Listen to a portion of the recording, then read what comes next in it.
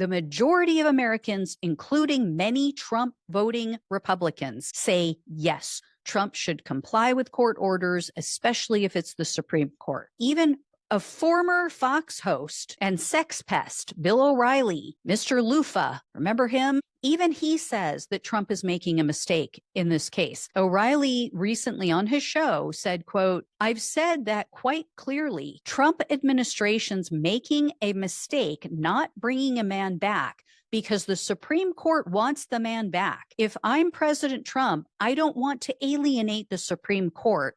Period." And that is a very big risk that he is running. Remember, they may have given him immunity, but they could take that away, right? They could say, maybe we'll revisit that now that we see how lawless he is and he's violating our orders. We now have proof out of Trump's own mouth that he could bring Garcia back if he wanted to.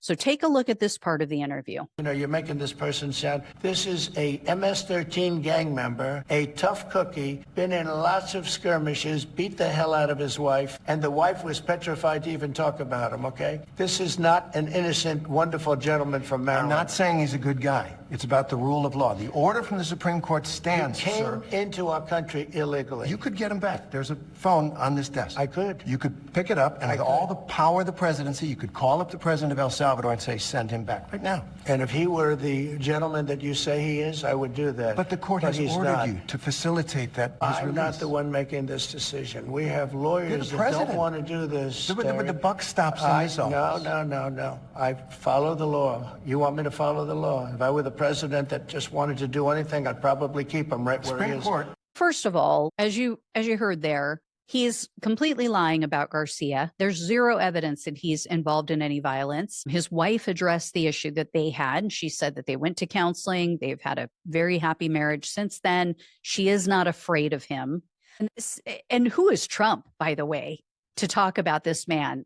His first wife said that he was totally violent with her.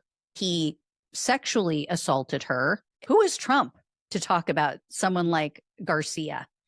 And beyond that, Trump admits he has the power to bring this man home if he wanted to, but then he pivoted and he threw his cabinet members under the Trump train. So if I was Pam Bondi, I would really watch my back and I would be rethinking my loyalty to the Apricot Antichrist, because it sure sounds like Trump is trying to set her and others up to take the fall.